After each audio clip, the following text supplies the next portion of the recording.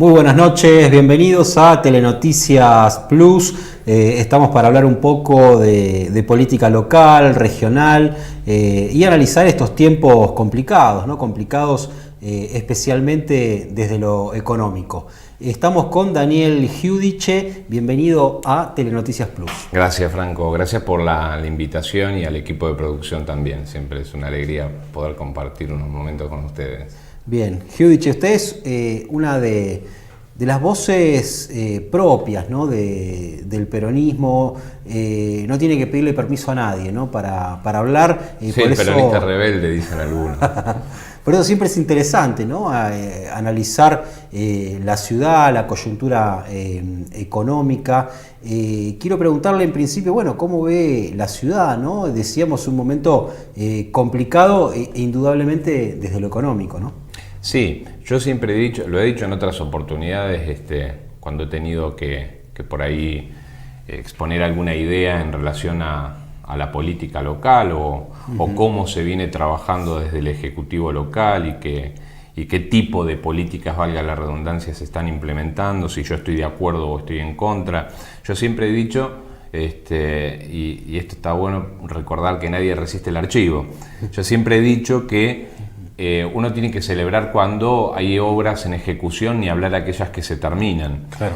Pero al mismo tiempo yo le he dicho a la gente que hoy una obra terminada significa indudablemente cambiarle la calidad de vida a los ciudadanos de Junín y hablar a los de los pueblos que integran nuestro partido. Pero la situación económica, socioeconómica que vive la Argentina y la ciudad de Junín nos hace pensar que la obra pública ya no es una cuestión prioritaria. Yo creo que lo que está haciendo agua en el municipio de Junín es la tensión social sobre varios sectores de la ciudad. Y usted ha mostrado siempre, vale recordárselo, ¿no? a los televidentes, una idea, bueno, de acompañar, ¿no? Una gestión nueva en la ciudad.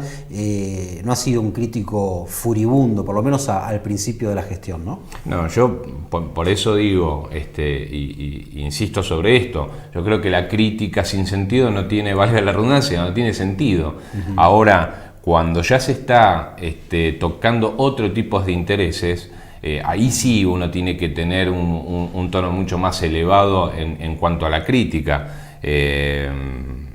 Nosotros no tuvimos la posibilidad de ingresar en las legislativas del año pasado a ocupar una banca dentro del Consejo, porque indudablemente íbamos a acompañar, si teníamos que acompañar aquello que beneficiara más que nada a los sectores más olvidados, si se quiere.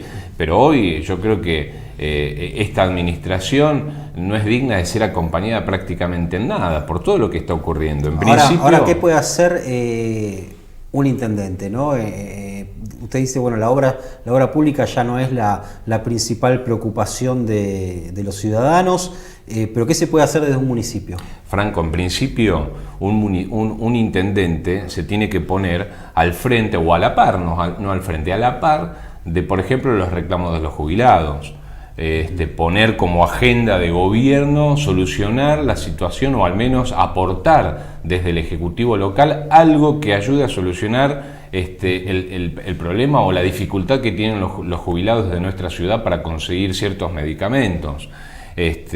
Acá se ha prácticamente dejado de hablar, mucha fotografía con cierta obra pública, pero tampoco se discute de lleno solucionar problemáticas en materia de trabajo. Tuvimos recientemente, lamentablemente, el cierre de una de las fábricas con muchísimas décadas, parte de la historia de nuestra ciudad, como la fábrica de fideos Don Antonio, por ejemplo, más de 28 o 30 familias sin empleo. Y no tuvimos un ejecutivo que se puso al frente o al menos aportar algo desde el municipio para que esta situación no llegase a esta instancia, digamos, de cerrar. Y hoy los trabajadores tienen que, lo último que le queda es intentar cobrar su indemnización, que tengo entendido se les había ofrecido el 50%, pero obviamente tienen que ir por lo que corresponde, que es la totalidad, el 100% de su indemnización.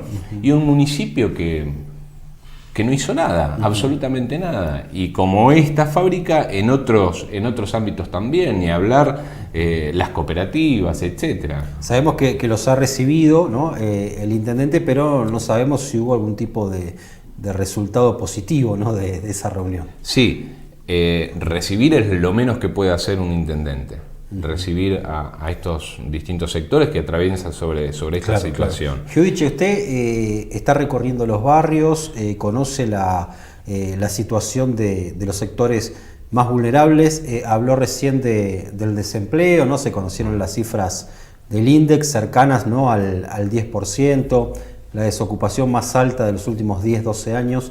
¿Qué pasa con el empleo y qué pasa con el empleo joven en los barrios? Bueno, el empleo joven... bueno, la situación no solamente para los jóvenes masculinos, sino para las mujeres jóvenes. Hoy escuchaba detenidamente una nota con el ex ministro de Trabajo, con Carlos Tomada, también la situación que atraviesan los jóvenes en materia de trabajo. Hoy el joven no tiene empleo. Hoy esta política laboral, si se quiere, de la mano de este gobierno, los que tienen la posibilidad de conservar su trabajo son los adultos.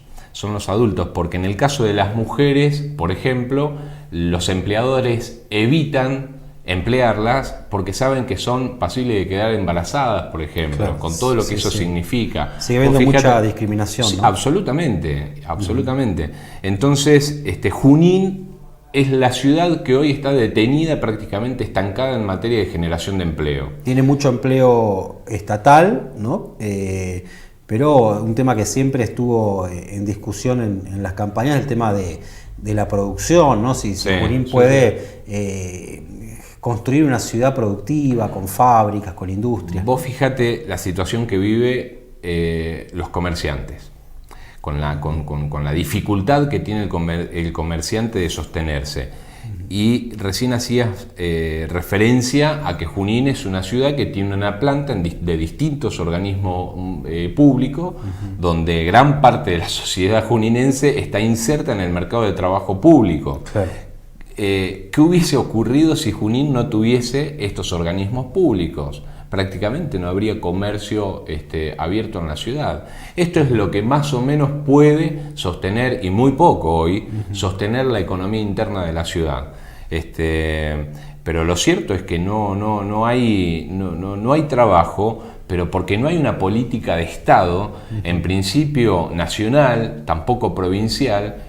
Y sí, no es menos cierto que el municipio tampoco puede generar demasiado, porque no hay una línea, una política implementada desde la nación, bajada a la provincia de Buenos Aires y a los municipios. Ahora, uno analiza las últimas encuestas nacionales, hablan, en general hay coincidencia en que Cambiemos en su peor hora, ¿no? Está en su peor momento, retiene sin embargo un 30% de núcleo duro, de votantes que todavía lo apoyan de alguna manera. ¿Qué va a hacer el peronismo, ¿no? para construir de cara al año que viene una opción superadora, una opción que le dé esperanza, ¿no? a la gente, una salida, ¿no? Sí, en principio hay que decir que ese núcleo que vos decís que todavía conserva Cambiemos, está muy ligado a este gran corralito mediático, si se quiere, que ellos todavía pueden o logran conservar, pero no podemos ignorar de que ya hay algunos medios o algunos periodistas que se esfuerzan cada vez menos por retener la imagen de Vidal en la provincia de Buenos Aires, el presidente. Hoy yo creo que la gente lo está sintiendo en los bolsillos y ni siquiera la prensa o el grupo Clarín va a poder hacer demasiado para seguir sosteniendo este gobierno, un gobierno que obviamente está matando a los sectores más vulnerables, a la clase baja, y erradicando de lleno a la clase media, que tanto esfuerzo hace y que también esa clase media que es generadora de empleo. Yo creo que hay un gran desafío, esto en relación a lo que decís del peronismo, hay un gran desafío de poder hacerle entender a la gente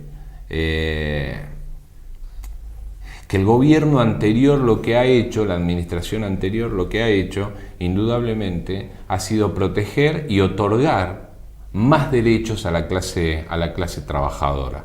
Indudablemente esto ha sido así.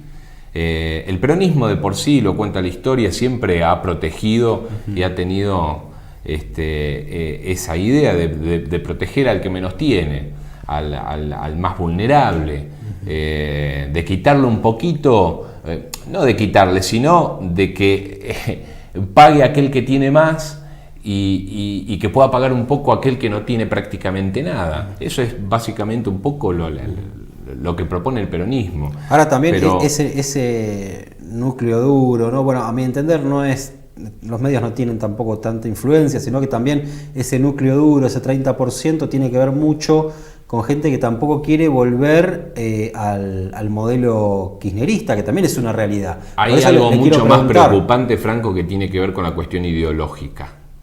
Tiene que ver con la cuestión ideológica, supuesto, que esto asusta, pero le quería preguntar, y preocupa. Cristina, ¿es un problema o es una solución hoy para No, para la Argentina es una solución y para el peronismo también es una solución. Y te está diciendo alguien, te lo dice alguien que ha sido crítico también de algunas cuestiones, por ahí cuestiones de forma. Le pregunto porque muchas veces el propio gobierno ha intentado rivalizar, ¿no?, con Cristina, seguir ampliando la famosa grieta, ¿no? Sí, bueno, los que venían a cerrar esa grieta son los que permanentemente y en cada titular de esos medios monopólicos intentan hacer, ¿no? Por pedido prácticamente del gobierno, agigantar esa grieta. Pero bueno, yo creo que... Para usted es una solución, Cristina. Sí, absolutamente. Tiene que ser candidata. Absolutamente. Hay que retrotraer un montón de medidas desde el punto de vista económico. Hay otras que van a ser prácticamente imposible, porque se ha generado mucho daño en el salario, mucho daño en la economía, en las economías regionales. Va a ser muy difícil recuperar la gran pérdida de empleo que ha habido en la Argentina, y aparte porque quienes venían a abrir la Argentina y ponerla en el centro del mundo la cerraron. Porque ahí tendríamos que hablar un poco más también de la cuestión económica, donde ya prácticamente ni el Fondo Monetario Internacional te quiere prestar. Claro. Por lo pronto yo creo que Cristina es la solución. Es la única que tiene la capacidad de juntar a la gran mayoría. Eso le quiero preguntar. Cristina, ¿tendría la capacidad el año que viene de aglutinar a sectores amplios, ¿no?, del campo popular, del progresismo? Es que ya lo está haciendo.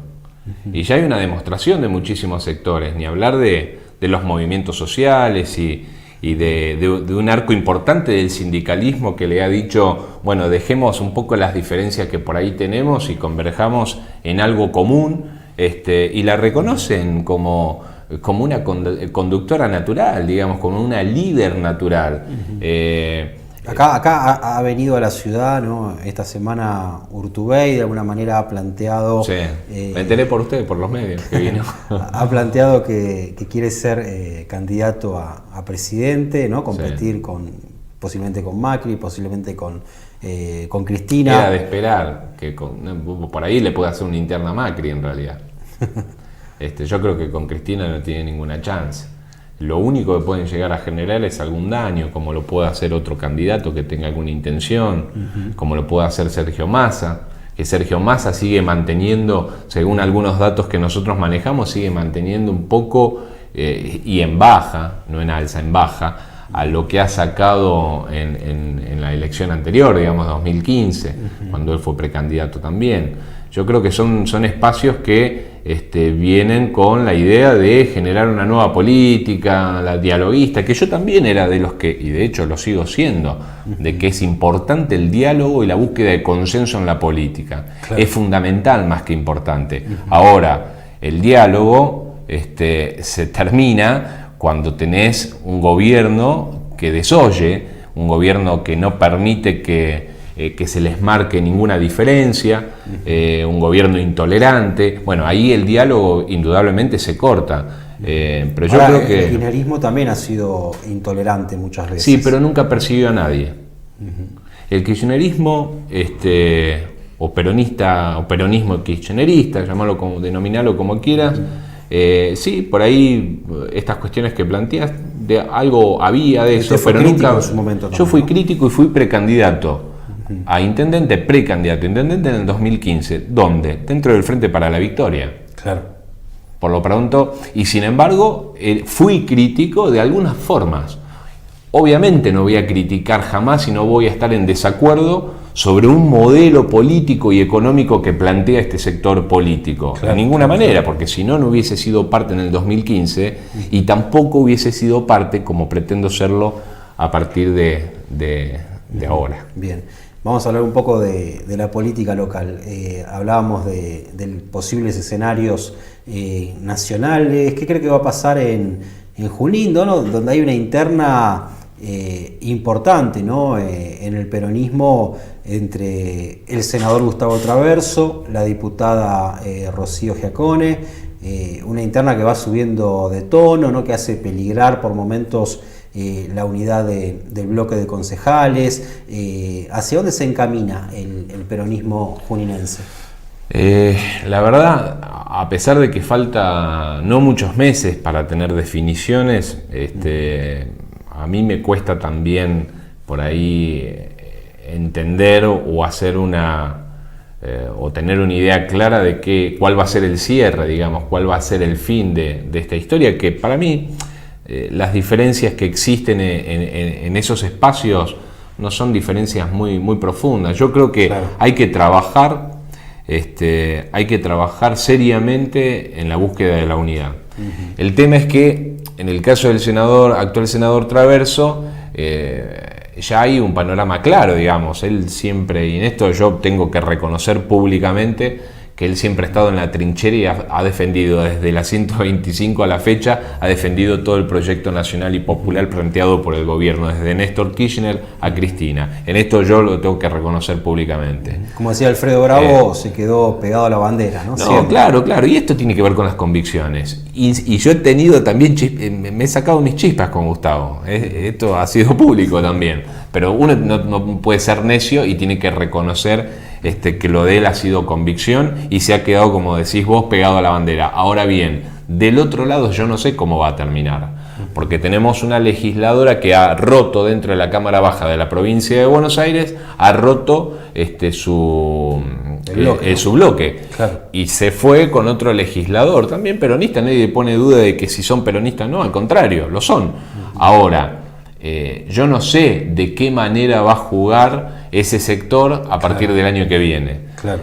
Si lo va a hacer dentro de Unidad Ciudadana, si lo va a hacer con otro espacio justicialista, no kirchnerista, si se quiere, pero ¿Usted no descarta la unidad? ¿O cree por lo menos que no? es, Yo no creo es que hay que imposible? trabajar sobre la unidad y yo pongo humildemente dentro de lo que está a mi alcance, pongo lo propio como para que esa unidad se dé. Y te está hablando de alguien que tiene también sus deseos de ser el próximo año, pero bueno, acá no se habla de... Eso significa que le gustaría ser precandidato.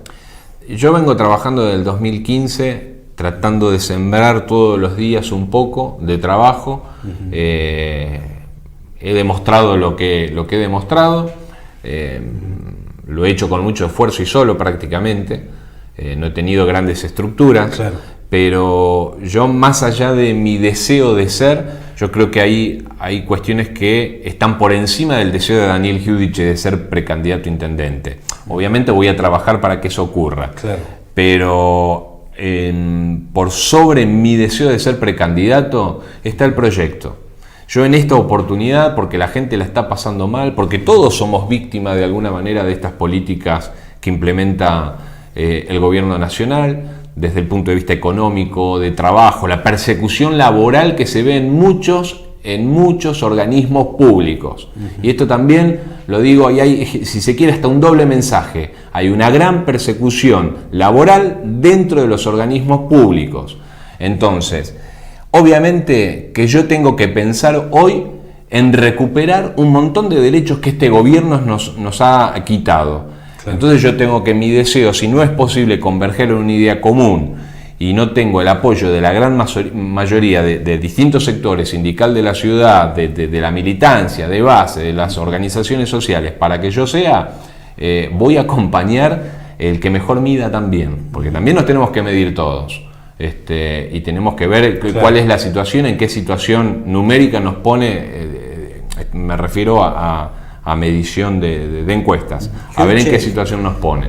¿Cuál es el Junín que usted sueña, ¿no? como posible precandidato a intendente? O se lo pregunto de otra manera, ¿qué le está faltando a Junín? A Junín le está faltando, en principio, ser una ciudad inclusiva de verdad.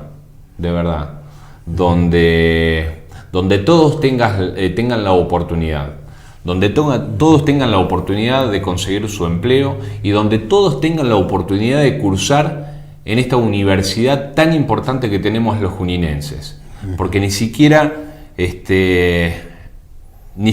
todo el mundo tiene la posibilidad de hacerlo. Claro. Hay muchísimos chicos que tienen deseos de poder ingresar a la universidad y no pueden, y esto tiene que ver con la falta de recurso económico por sobre todas las cosas, y Junín tiene que estar presente ahí. Tenemos que tener un gobierno que apunte a fomentar la educación universitaria, pero al mismo tiempo generar empleo para que esto ocurra. Giudice tocó un tema que me parece que es nodal, ¿no? Que es central, y es el tema del acceso a la universidad, ¿no? A la formación universitaria, sobre todo teniendo en cuenta que los países del mundo que progresan tienen tasas que son 3 o 4 veces más altas de graduados universitarios, ¿no?